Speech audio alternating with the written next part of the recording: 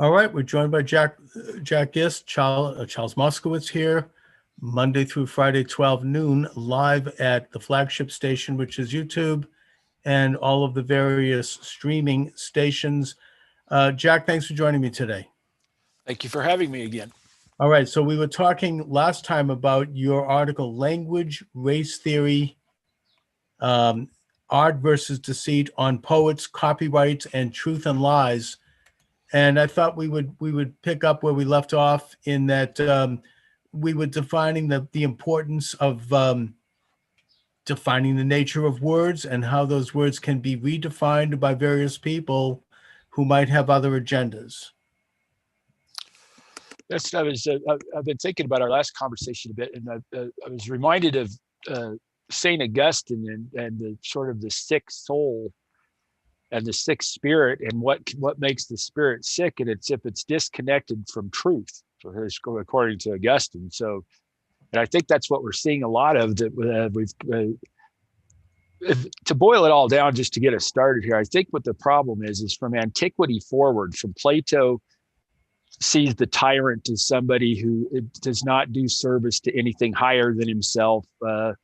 The gods, his duties, these things like that. This goes through the Middle Ages with duty to God. At this point in time, I think that we really do think that there's nothing transcendent anymore. There's just, and I'm not talking about everybody, of course. I'm talking about this mainstream sort of that we see dominating the media, that it really wants to sort of socially engineer us into Lord knows what, some sort of utopian ideal of ourselves where it sort of wipes out the individual. And one way to get back from this, I don't think if the battle is lost or anything like that. I think that there's still plenty of people just kind of scratching their heads at this point going, how did it get like this? And why wasn't I watching it?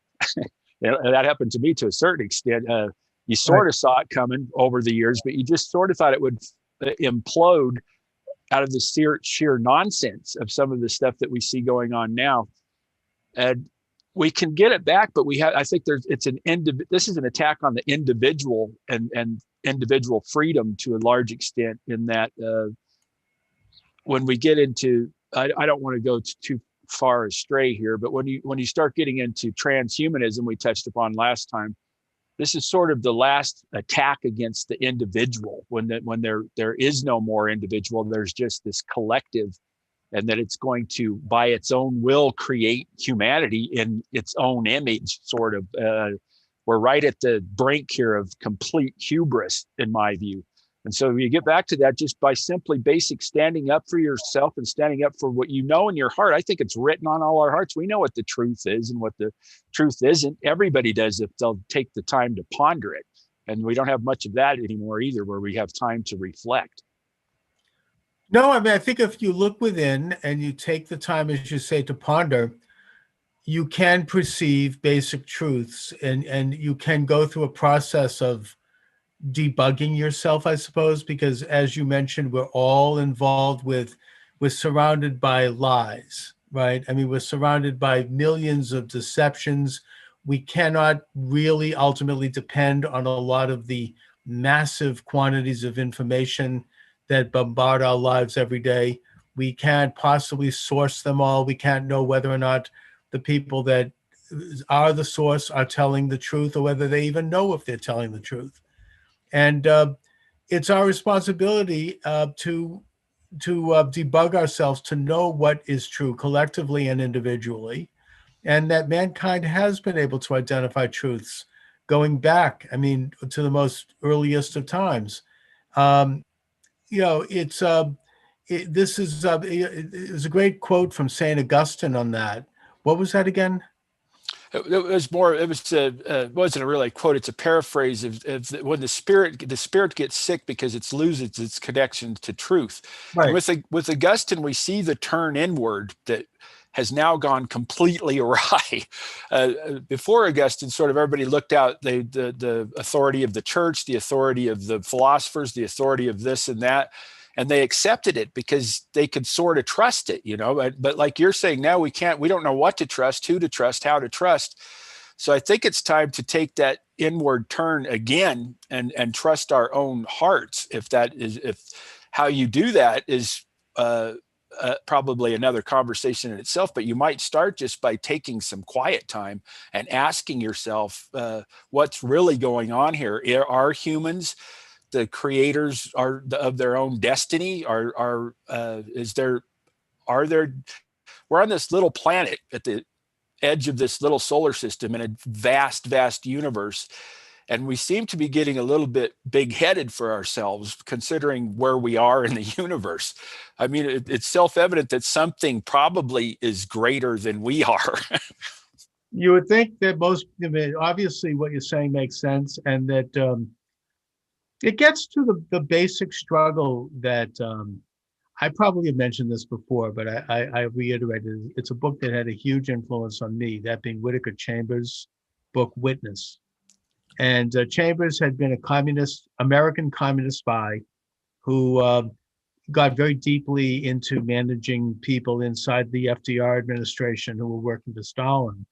And then he had a change of heart, mainly because he discovered faith and he began to believe in God, and also because the final straw for him was when Stalin allied himself with Hitler. And he realized that these are very same people that he was managing were then both pro-Nazi and pro-communist. And it was a bridge too far for him. That's when he went in and arranged to meet with a high-level FDR official and turn over the evidence so that these people could be stopped. And in his book, Witness, he talks about the eternal struggle between God and man in terms of within the human being. And he traces it back to the Garden of Eden and the temptation of the serpent to Adam and Eve, that the serpent promised Adam and Eve that they could be as gods. They could know all things. They could basically overthrow God in heaven if they partook of the forbidden fruit. And that's when, of course, they went to that temptation, and that was the beginning of the downfall. I mean, they were then banished from the Garden of Eden and forced to live in eternal struggle. And that this, he said, was the beginning of communism, because he was into that as a particular ideology, that it was the second oldest religion, the first oldest being belief in the creator of the universe, and that God separated himself. We're not creators, we're created, that everything in the universe was created by God. And that the communist idea was that man would be the central creator of the universe. Man could know everything. You could know all. And that to contradict you, you're like your own God. And that to contradict you is somehow bigoted or prejudiced, or you're interfering. It's this absolute control over reality by man. And that obviously it's impossible to do that because we're not gods. And so since we're not gods, and if you remove God from the scene, then you have a need to look to some sort of an external authority for reality, for existence. And that, of course, is where Adolf Hitler comes along, or Stalin, or some other great socialist experimenter who then steps in lieu of God and says, this is what's true. We're going to create new realities because we think they're better, because we're enlightened, because we have we're elect somehow. And that he says that this has been the struggle of man ever since those times. Every generation from then till today deals with this dilemma.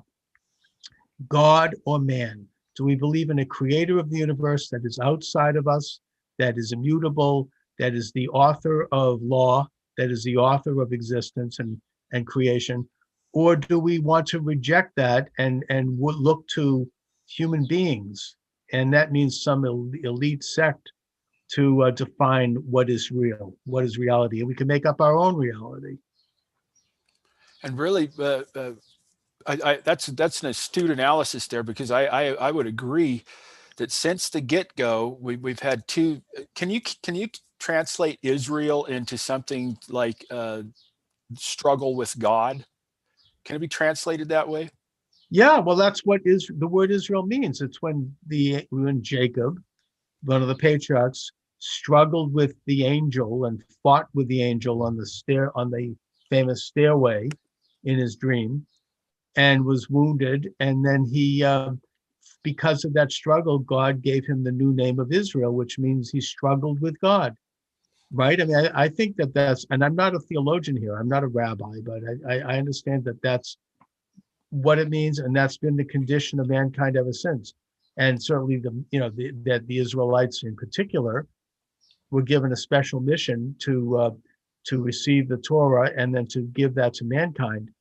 But there's the struggle between man and God that permeates the entire story, all the way from the days of from Jacob right up till today, or certainly right up to the end of the Bible, when you had the battle between being close to God and believing in a God that is the ultimate sovereign, or belief in man, which was in the biblical times manifested in the form of idol worship, belief in false gods, which of course are human gods, because the idol is manipulated by Mhm. people.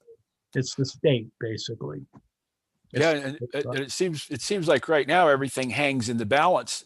Almost nothing is new, but except the struggle is possibly more pronounced, due in large part to the massive and very quick overtake of technology, where everything can be managed, everything can be translated into an algorithm, including human beings, or they think. I mean, that's what Facebook and everybody else thinks, that they know more about us than we do, and they can manipulate us as they see fit through their technology. So the technological side, and I think that's the new twist of our lifetimes. When I was a kid, not so terribly long ago, I'm getting older now, but I'm not that old. I didn't have a cell phone. There was no such thing. There was no such thing as a personal computer, a laptop computer. I was out in the country and I lived, that's what I did. I lived in nature, raised animals and stuff like that. But now, the kids today, they have never been without technology, and it does give you this weird sense of unreality, almost like you could shape yourself to be anything in this unreality that is cyberspace. And back to the whole sort of and this is why everybody's so horribly confused. And I don't think they need to be. I think the question is as simple as you just posed it. There is a struggle between man and God. And so everybody has to make that decision. And I think that you can look through the wisdom of Western civilization, the Jewish tradition, the Greek tradition, and the Christian tradition, and you can find ample reason. It's not crazy to believe in God. You can do it through understanding and reason. As Aquinas said, you can know that God exists through reason alone. It's not easy, but you can't know God, but you can know that there must be a God. Mhm. Uh, and I think I don't think the situation is as complicated maybe as people make it out to be. These social experiments of the 20th century that obviously went horribly awry. I mean, we'd never seen anything go so badly, but we do seem to be heading in some sort of similar vein at this point through technology, basically. China's got a death grip on its citizens through social scoring and all tracking us with all this technology. So there is definitely the struggle between man and God still goes on.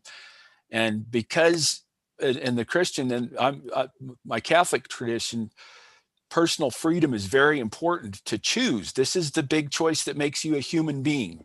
This is the big choice that you get when you're a human being. Do you believe in God or do you believe in man? And that's where we're at, and it's pretty heavy right now, I think. No, I think that you bring up the issue of the new wrinkle in a way in the eternal struggle, and that is technology and mass communication.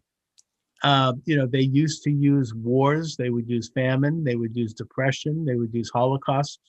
Now they don't. I think the strategy of the elites, who are the new Adam and Eve, the new overthrow of God, that they think they can use technology. They could use censorship on the internet, for example. Decide what we hear and don't hear, what we can know and not know. And it's a very, very powerful mechanism, and they can do it now at a level that would have been unprecedented in the past. Not that there hasn't always been that, but now it's like algorithms or click of the switch. I mean, they can, the latest outrage on that is that Facebook has not only banned the former president of the United States, Donald Trump, from having a Facebook page and communicating. I mean, I wonder if they would do that to any other former president. But even apparently his daughter-in-law did an interview with him as part of her new social program, and they banned that. I mean, you can't even hear his voice, cannot be ever again heard, as of at least right now, on Facebook. And this isn't just, Facebook is not just some fly-by-night thing either. It is a massive international network. It's huge. It controls a large portion of the mode of communication, as Marx said in the Communist Manifesto. And so we now have a phenomena where the technocrats, the oligarchs of today, can control perceptions of reality in a way that is unprecedented. And you also mentioned transhumanism. This is, I think, the kind of the modern philosophy of the so-called Great Reset. This is, the new Marxism, I guess you might say, the new Frankenstein. With Mary Shelley, when she wrote Frankenstein, she was blowing the whistle on the left on her day in the early 19th century. Her father had been, was Godwin. He was pro French Revolution, radical. Her husband was also, and she was in that world.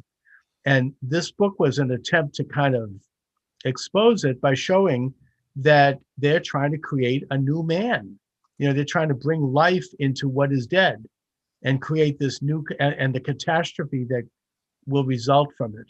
Well, now you have transhumanism, which is the new version of this, where they think they're going to evolve a new kind of species. I mean, we talked, I think, last time about the Kurzweil Institute here at MIT, where I am. They're involved in this. It's all based on evolution, which is, I would suggest, a pseudoscience. But putting that aside, they think they could reconnoiter the human being to become a cyborg. I mean, to add electronic components and various chips into the body, literally, that are going to create a new kind of evolved species, which will have super consciousness, or what the Theosophists would call cosmic consciousness, a form of knowing all things, right? And super health, because it's going to monitor all aspects of your health. So you can live to be 200, and other elements. It's the Nazi version of this was the Übermensch. I mean, the whole concept of the Aryan race. There was no such thing as an Aryan race. It was a mythical idea that the Nazis viewed as the next rung of evolution. They would breed people in such a way that you would have this new Aryan race, which would be super powerful, the Superman, the Übermensch, and which would then control the world and would control all things and all reality. So this is the new movement, the transhumanism movement. And controversially, I don't know how far we want to go with this because I could get banned from YouTube, but I speculate as to whether or not the transgender movement is a part of that. This idea that we can now decide whatever we are on a given day, male, female, or something else. We could be a new species. We could decide we're an animal. I don't know, whatever. In other words, we can craft reality based upon whim, whatever we want it to be. It can be because we say it is. And I think that this is well, at bottom, I think it's a rebellion against God, if you want me to be honest about it. I think the whole thing is a rebellion against God. And it's when you think of Lucifer or Satan and the will to create. The one, I want to be the creator. You're not the creator. I reserve the right to create myself. When you get add that, our new technological phase into that, where you have cyberspace and you can live in these fantasy lands for as long as you like, the burden becomes you get to create yourself. You get but that burden, I think, is too much for the individual. Frankly, we can't be creators. That's just too much of a burden. I mean, we can recreate elements of ourselves based upon reality, based upon what is possible. We can improve our lives, we can improve our character, we can improve the world in many ways, based upon a collective, accumulative recognition of what is possible and what is real, and what based upon certain common fundamental values, as you mentioned, Jack. I mean, the idea that the preservation of the life of the individual is is an ultimate value. I mean, and of course in Catholicism it's from the moment of conception, and that this is the Talmud says that every life is like its own universe. We're images of God. We're not God, but we, as images of God, every individual has enormous and intrinsic worth and ability to, create a life that's of meaning and value within the context of what's possible. It's back again to Augustine and his statement that it has to be connected to the truth. That's where we go wrong, is where we cut ourselves off from the fundamental, and that's a long conversation in itself, what is truth. But I would suggest that it's written on our hearts at some level. Everybody instinctively kind of knows what the truth is, or if they don't, it's because they've never thought about it. They've never had the opportunity to think about it. They've never been taught to think about it. They don't have the critical thinking skills because they've been propagandized almost to death.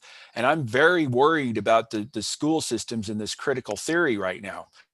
When you see high school, we should talk about that. I'm getting a TikTok comment here because I'm running live, doing this live on TikTok, that they say truth is shining a light on lies.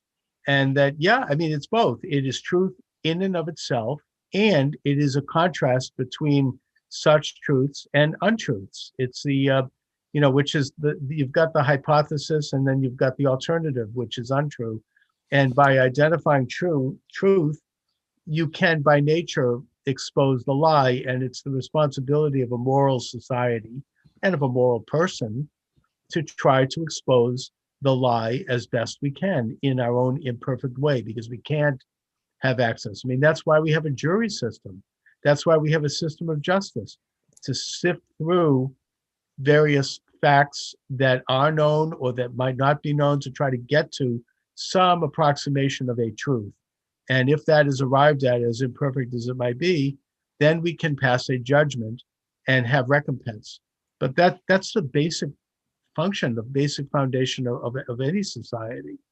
It is. And where we've gotten a little bit twisted here again is back to critical theory a little bit. When everything gets reduced to power, when language is only about power, it's no longer about truth. It's just about power. Whoever controls the narrative gets the power to do what they want, basically. It's no longer moral. And everything's so twisted up now and this is why our institutions, to a large extent, appear corrupt, is because people are not being moral. And I fundamentally still do believe, I'm still optimistic to a large extent, that people are basically moral if given the opportunity to be so. If it's a value, we need to reintroduce just kind of the old virtues. Let's just go back. They're pretty simple. I think that they're eternal. I don't think that they come and go with any particular society. If we could get back to just these simple things, I don't know how we do it though, because it's pretty far gone right now. This is why everybody's, even with the George Floyd trial. Now, I'm not on the jury. I haven't seen the evidence, but I did see the video. Something went wrong there, obviously. I mean, that was not a good, that justice needs to be served. Now, the jury gets to see all of the evidence, and you're right. It's not a perfect system. We're humans. We're not perfect. We're fallen creatures. But we also have the ability to try and the duty to try to strive for truth. Socrates died for this. I mean, he's our great example. I don't know what justice is, either do you are, but we can talk about it and we can get closer to it than we were. And he's against the sophists so much is because they just twist it up. I'll tell you what justice is. It's for my purpose. That's what it is. That's basically what the sophists do. And we are surrounded by sophists at this point. Yeah. In fact, I saw something interesting about the sophists, which was I don't know, it was a school of thought in ancient Greece and in Athens, that they're considered the father of lawyers. that this is, the lawyer is hired to make an argument that might not necessarily be based on truths, but it's sophistry. It's the ability to harness different things. But you brought up a real hot potato there, Jack, when you talked about critical race theory, which is permeating much of our public schools and other institutions. And to me, it seems like a complete politicization and weaponization of racial conflict, which is real, which is, in a sense, this nation's Achilles heel, and they know that, because we do have we're a multiracial society, as opposed to a lot of other societies, particularly some leftist societies, which are uniracial mostly. So yeah, we have racial conflict. It's a darker side of human nature, but they are exacerbating that to the point where they get to decide what is racially inappropriate. And I'll give you just one example. The state of Georgia, the legislature is passing laws to protect votes from fraud so that there will be standards by which they can identify the voter. So therefore, they'll know that a fake vote hasn't been cast. Every state does this and should do it. It's protecting the concept of one man, one vote. It's something that African Americans worked toward for a century because they had been subjected to racist things like poll taxes and whatnot to keep them from voting.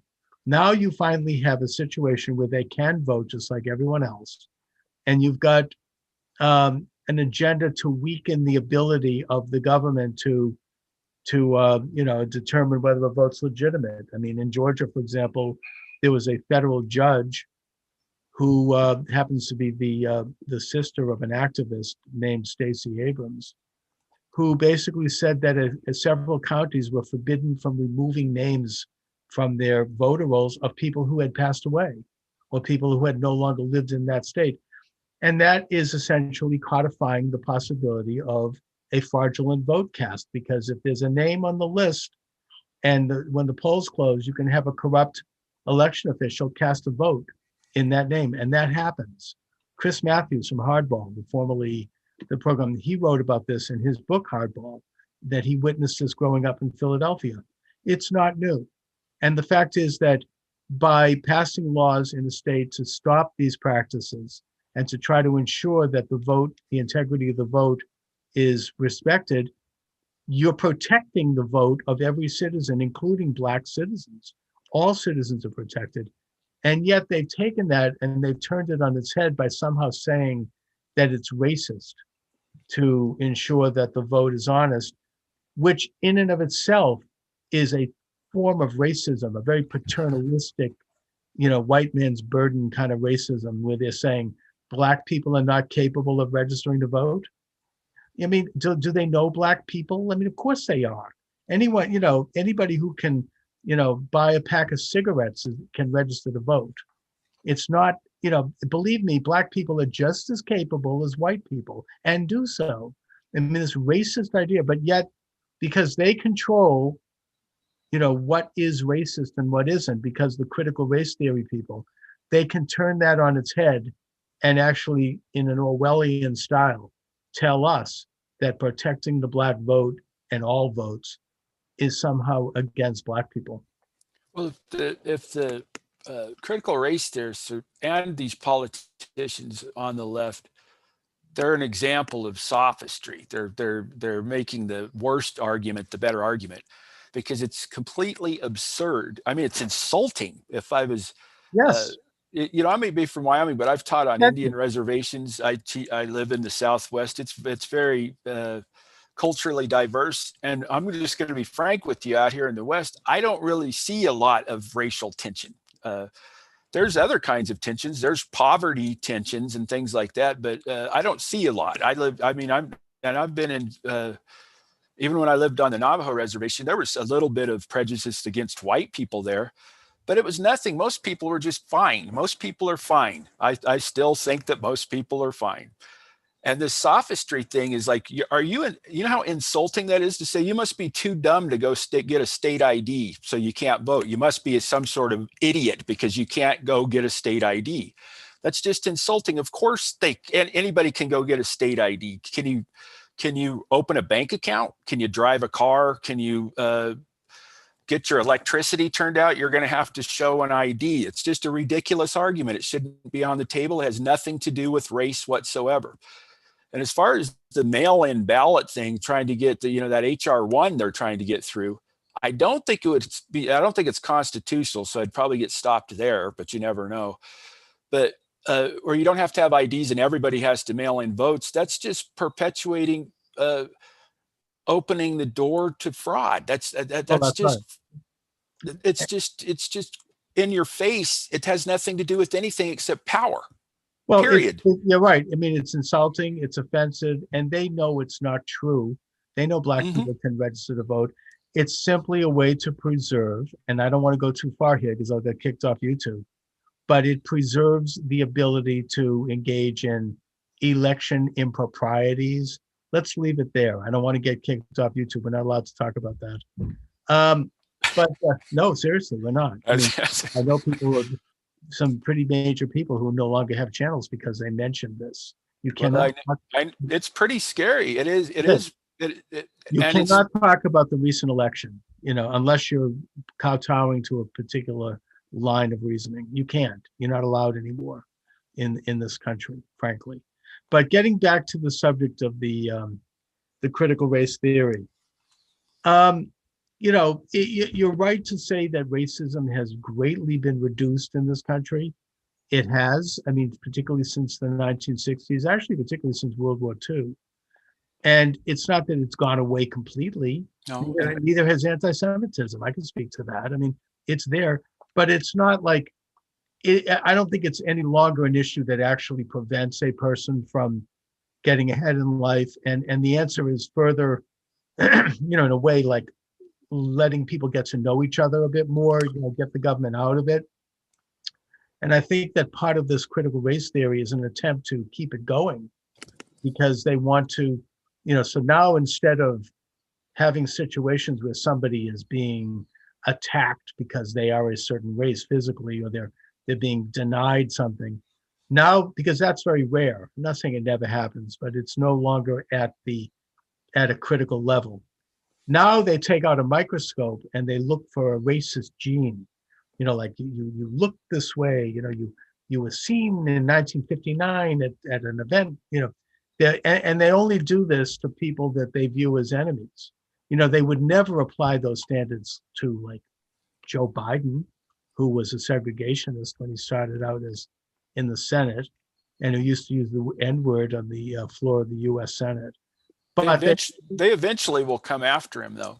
If he steps out of line, sure. I mean, then you lose everything. But as long as he's playing ball, the Clintons is another example. I mean, talk about anti-Semitic stuff. I mean, fine, but it's given a pass. It's only if you do not play the game of the elites that you end up. The microscope comes out.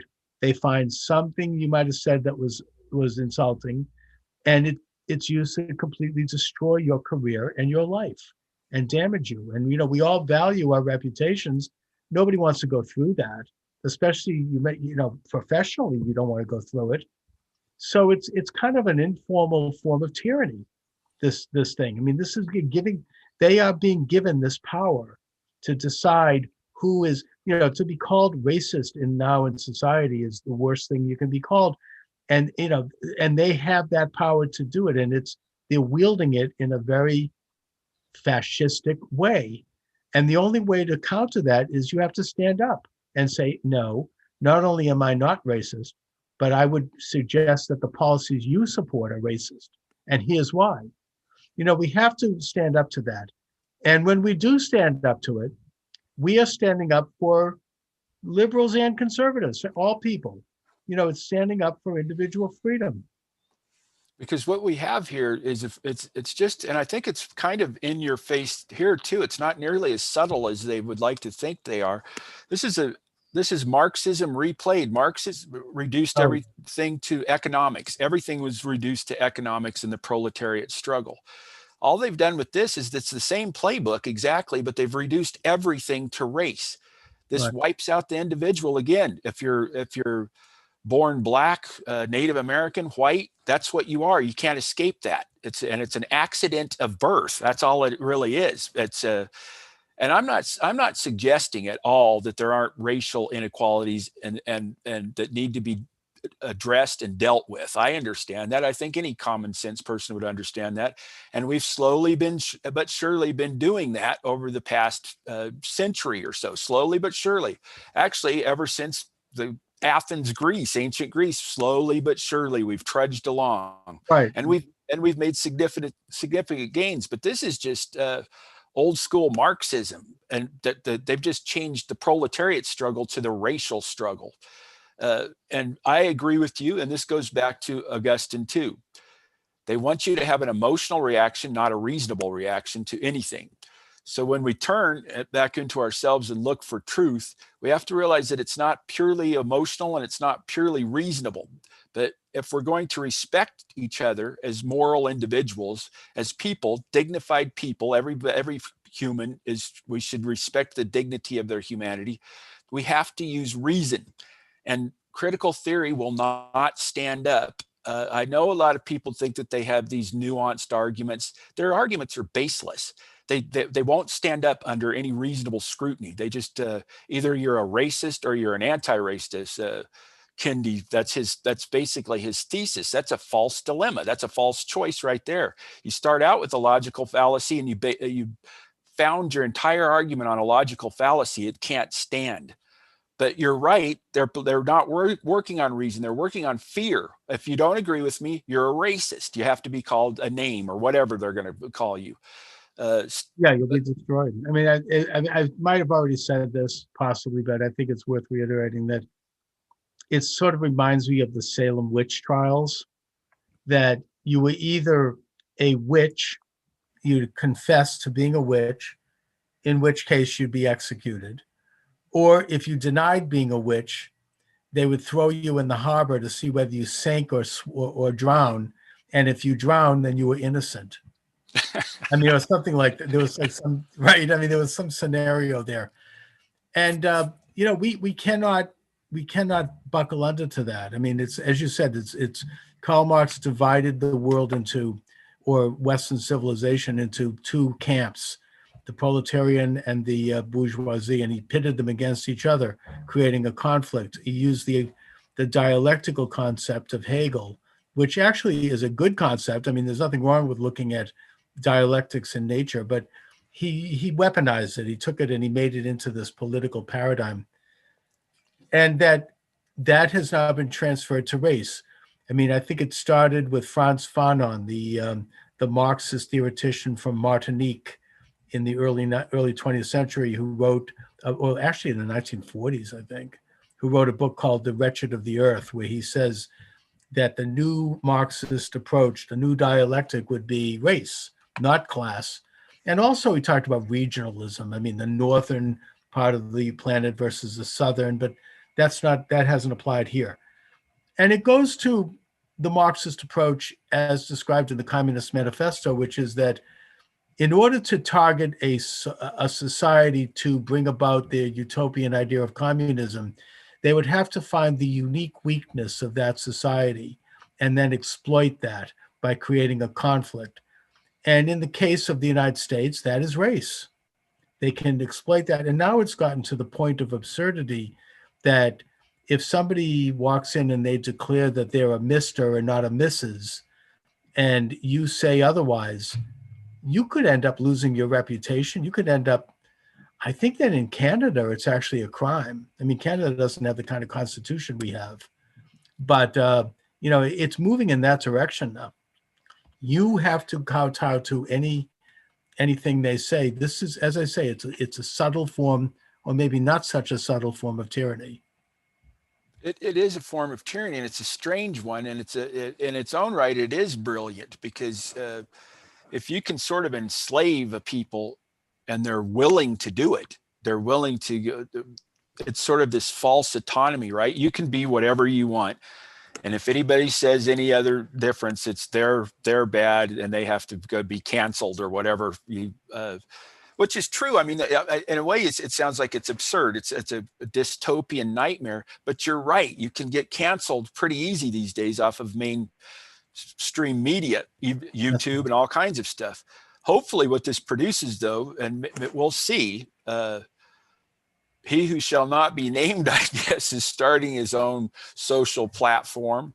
And maybe we'll see some other people start some social platforms so everybody gets a fair shake here. Well, they cannot suppress, and not in this country anyways. I'm actually somewhat optimistic about that, in that they ultimately cannot suppress freedom, and they can't suppress free speech.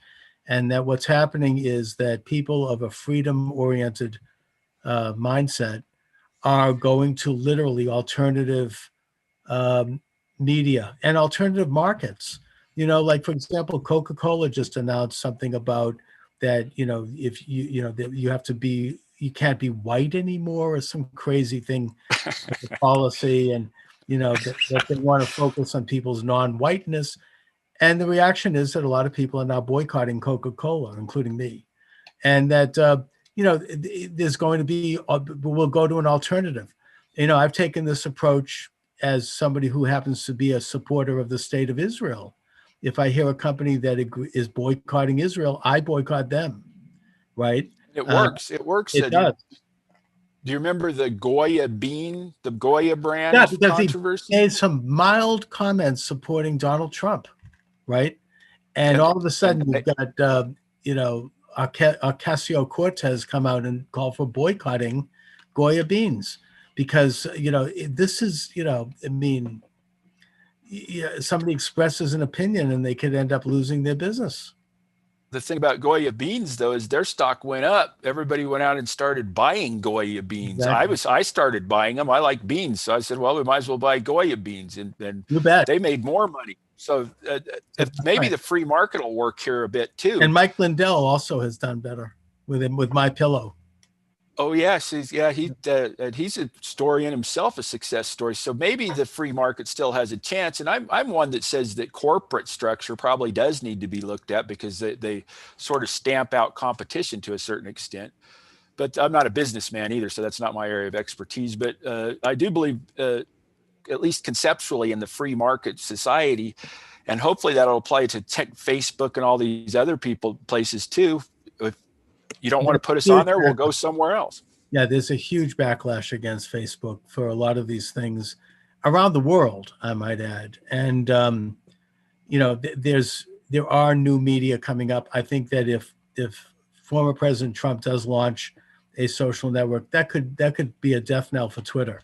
So, these are, I mean, maybe either that, or maybe Twitter will decide to fly right and stop the censorship of opinion. I don't know. But, ultimately, I do still believe that the free market and that it will work, and that enough Americans are conscious, are woke in the real meaning of the word, to these sorts of things. And it's not so easy to use the old propaganda of demonization against people. People are saying, hey, we're not buying it. We don't care. We don't believe you. So we'll have to see what happens. Anyway, Jack, so what do you have coming up in terms of, talk about your blog and articles you're working on? I'm working on an article. I've been thinking about it. I've been sort of busy with my day job lately. So I've been thinking about writing an article about how critical theory is leaked into the, grade schools, basically, to a certain extent. And it's really the culprit, I've thought for years, is the schools of education. I haven't done sure. a thorough look, but I've looked into some composition and rhetoric PhD programs, and their textbooks, they never tell these students this is critical theory, but it is critical theory. Oh, somebody should open those schools up.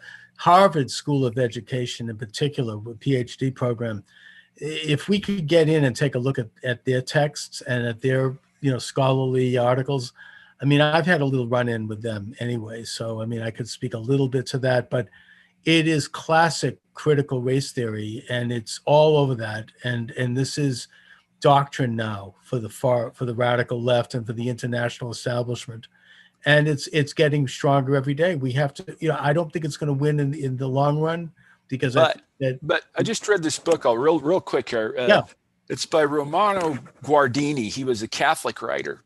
He was most famous for writing The Lord, which is really good. But I just finished reading his book, The End of the Modern Age. And he sort of agrees with what we're saying here. But he said that people made a huge mistake in the past, which I made this mistake probably 15, 20 years ago. That's so stupid. It'll fall in on itself. No, right where we started, we have to stand up and fight back. We have to. I know, exactly. The stuff that's going on right now would have been unthinkable even a year ago. So yeah, things can move very rapidly, especially as they consolidate control over the means of communication. So yeah, I mean, we can't take anything for granted. Yeah, and other than that, I'm just preparing my step into the real world still with the creative Christian communications and that ilk, but more to report on that later. Good. As I finish up this job. Good. Keep me up to date on that. And do you want to give out any websites or anything you want people to go to? Yeah, you can find at creativechristiancommunications.com if you want to shoot me an email through there or something. And I do put a blog up on there when I have time, which will become more and more common as I wind things down here. Excellent. All right, Jack. Thanks so much, Jack Gist. Thank you.